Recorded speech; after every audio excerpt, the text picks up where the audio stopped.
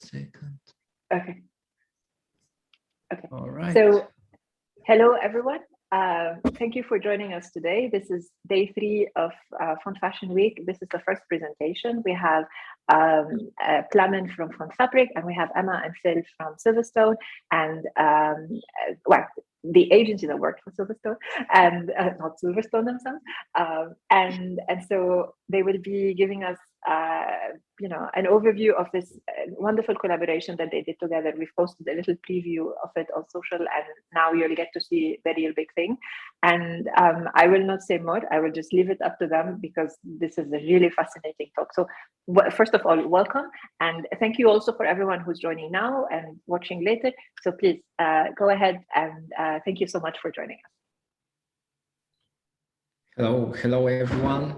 I'm seeing that we have a really nice audience from all over the world, really nice group of people. So I'll be happy to present our work with the guys in this call, Phill and Emma from agency TK, which did amazing rebranding for Silverstone racing track. And we took part in the process with collaborating on the custom typography.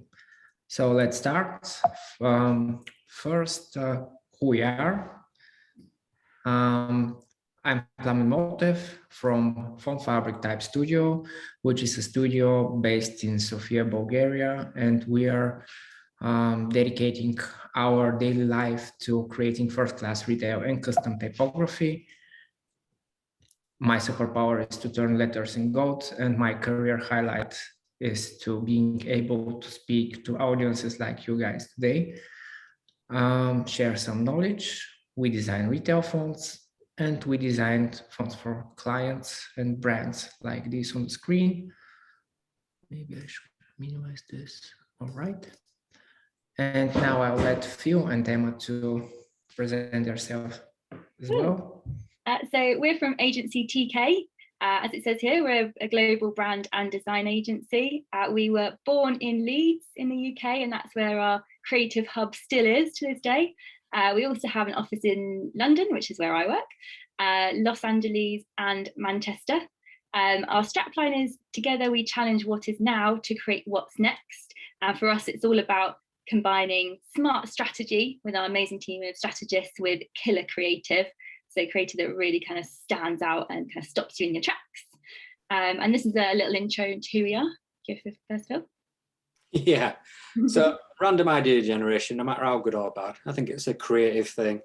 And then I know it's a bit cheesy, but a career highlight was seeing Silverstone brand globally whiz around the track. Well, it wasn't actually whizzing around the track, but watching the cars whiz around the track while it was there was amazing. Yeah. And I'm Emma, I'm account director. I've been with TK for about 6 years now. And my strategy is just to be really nice to everyone so they can't say no to me. Works every time. And we're not specialists at all. If you want to move to the next page, we are multi-sector. So we work on a variety of things, B2B, B2C, as you can see here, IT tech, luxury market, automotive, obviously, sustainability market, and that's kind of the way we like it. We like to take learnings from each industry and look at each project with completely fresh eyes. So that's a bit about us. But we are here to talk about Silverstone, which has So I don't know if everyone knows what Silverstone is, but it's like the home of British motor racing, basically. It's home to the first ever British Grand Prix. It's owned by the BDRC, which is the British Drivers Racing Club. And it's the destination for British F1, MotoGP and the WEC. So in short, there is a lot of people you need to make happy with a brand like this. Yeah, an absolute British institution. So it's something that absolutely everyone knows. And they were very, very well known as being that home of F1. So when Silverstone first approached us, it was all about changing the way people see Silverstone. So they wanted to be seen as a leisure destination, not just the home of the F1, with all these amazing things that they were looking to achieve. So launching the Silverstone Museum, which is live and running now, more geared toward kids and schools, a conference and event space for the business market, a new Hilton hotel, a set of luxury residences which are being built at the moment. So we're really changing direction for the brand, and they need a new brand and logo to reflect that. And the first thing we did was go to Silverstone and have a huge site tour, just to see exactly how the current brand was being used. So you can see in the middle there, it has that shard icon. And that icon was being used in all sorts of weird and wonderful ways around the track. And when we spoke to the internal design team, it was clear that they didn't quite know how to use it in the best way. It was very difficult to work with. And that gradient on the logo type was causing all sorts of issues. So the brief for us really was to create a brand that was really bold, impactful, really easy to use because it needed to be rolled out absolutely everywhere, and also appealed to that wider audience. So, you know, families, but not alienating the die-hard F1 fans. So that was the original brief to us. Yeah, so the solution began with our strategy team running an outthink process, like taking a deep dive into the brand. We interviewed stakeholders, conducted group workshops, sessions, uncovered new brand direction, and all that informed like a full brand compass, which we used as like our guiding star for everything that we did. So a brand compass covers brand vision, values, promise, personality, how we talk, how we look, the strapline, the authority, and the purpose of the brand. So pretty much everything you would ever need. And then when all that was said and done, the design started. So in studio, we had a creative director, a design director, a brand design director, senior designers, middleweight designers, and creative art workers, all working on it during the course. And we looked at creating the future brand for Silverstone. It was important that we didn't forget the heritage, but we also wanted to make it approachable, contemporary, you know, feel that it would appeal to a younger, more diverse audience, which is what they were lacking. And we wanted to find a way to pay homage to this strong national connection through the brand, and while still creating like a modern, dynamic identity full of energy. So we based the autonomy of the brand on the Union Jack, and that also informed our grid system, which we then used to design with. And it was perfect because the deliverable list was massive, and so stuff just started designing itself, which is great. And then when we combine it with a font from Font Fabric, it just all gelled together. It was brilliant. Here's some rollouts here, so we could see how we took the Union Jack, we created some grid structures, and that then instructed how their icons were informed, how we did the signage, you know, simple things like flags, all just started to come together in this one solid brand identity. And then I touched on the deliverable list there, that looks pretty small, but just even the rollout items, there was about 40 of them. The conference assets, there was 30. The guidelines was 90 odd pages. It was absolutely crazy. But the results were brilliant. Like the rave reviews from the board, you know, the internal teams and the partners all absolutely loved it. But what did help tie it together was the font, because as an agency, we always try to push clients down the bespoke route. You know, and what helped sway Silverstone in the end was, apart from Font Fabric being amazing, of course, was the cost of a font license to cover what they would need. It was ridiculous. So why not have something bespoke or something you can own and be proud of? So we put a brief out to 3 tout foundries, and Font Fabric were by far the most enthusiastic, the most passionate, and the most creative. So it was a no-brainer that we'd work with these guys, and I'm glad we did, and so was Silverstone, because they made the process fun. It was super smooth, and everyone loved the result. Thank you, Phil, for this great introduction to the project and presenting the initial concepts for the rebranding, which is, I think, amazing and pretty solid work. I've been introduced to those in the very beginning when you briefed us, and that's why it catch on so much, and we were so enthusiastic because we saw the whole system, the whole visual identity, and we imagined that we want to contribute with our great typeface to this amazing design, and I think we all succeeded in a really nice way. This project started way back. I guess, I don't know which year you guys started working, 2019 probably? 2018, I think, was when we first. 2018, yeah. Yeah. It's a long one. But it was really interesting, and thank you for mentioning that, Phil, that Silverstone were not sure about taking on corporate typeface, actually. They were hesitating if they should license just a regular font on the market, which satisfy kinda their needs, which of course cannot be perfect if it's not specially made for them, or they want to take a journey to a custom typography. And it was interesting because the custom type part of the project started exactly when the pandemic hit it. So it was 2020, and I'm really impressed how you guys persuaded Silverstone and they to take on the decision to make this together, even in the hard times of the pandemic. So it's something that we should take into consideration. Like it's a brave step for this brand as well. Not many people were willing to take action, or there were a lot of hesitancy and a lot of uncertainty in the market. Yeah. So I think this was great. So as a starting point, we received the brief from you. We wanted to make a display typeface and a text typeface. So a full typographic system that can contribute and can be sufficient for the brand itself. We were briefed that the display one should be impactful, with subtle technical edge and wider proportion, sans serif. And for the text typeface, it should just work well in this system. So this is what we get at the beginning. Clean, modern, and dynamic stylistic was the thing that we were aimed for. So at the very first time when we start working, even before the actual work takes part, we define the stages of work with our partners. They're relatively similar every time, but it's mostly the creative brief.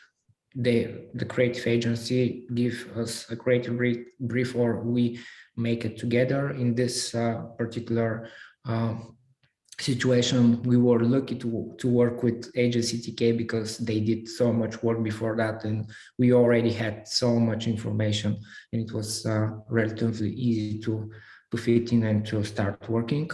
Then we are going to the design discovery process, which is probably the most important process in the development of the custom typeface, because this is the process when we are locking down the design direction.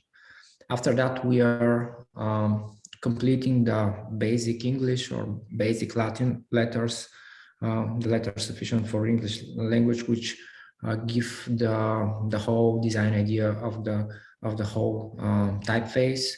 After that, we expand the weights, we add additional languages, and we are going to font testing and production. In between those stages, we are in constant feedback loops and communications with the agency, and the agencies with constant communication with the client.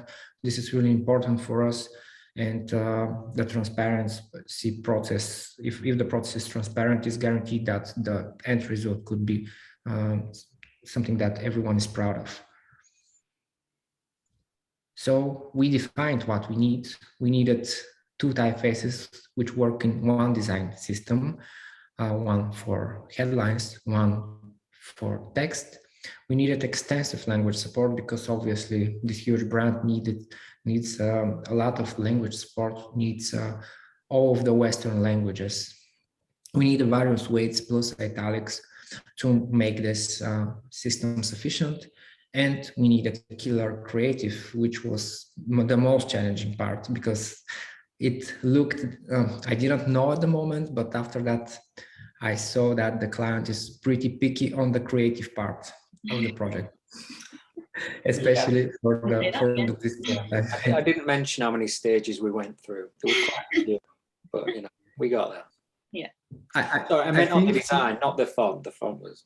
Yeah, I think for the typeface we were lucky, but you guys, you did amazing job. Congratulations. Thank you. You have some nerves.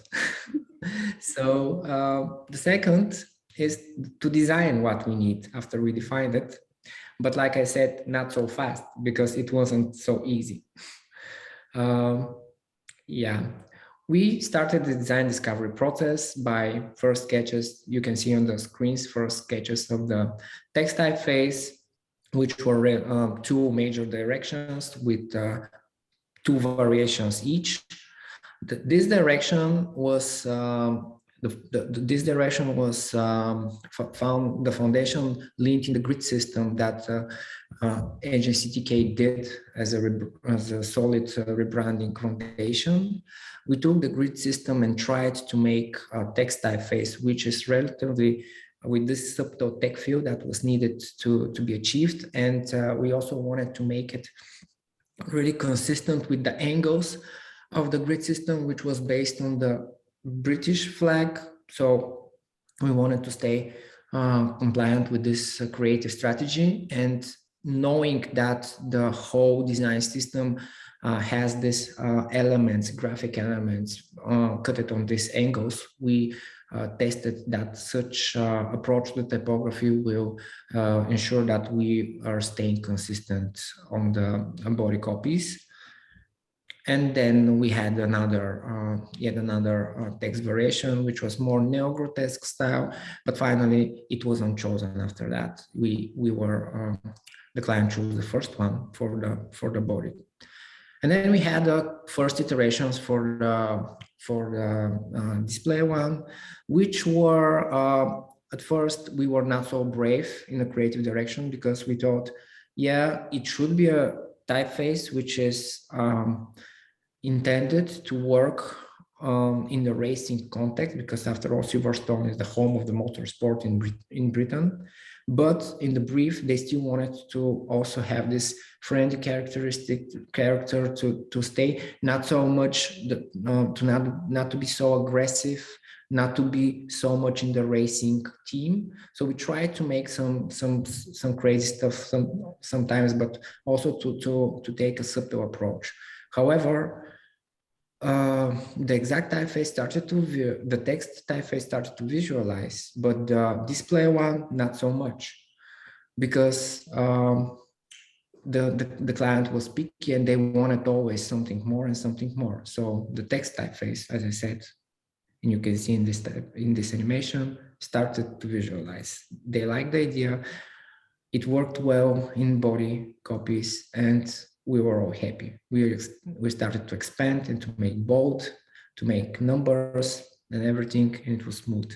But then the display one was the one who was the main character in this, and we had to make more and more iterations.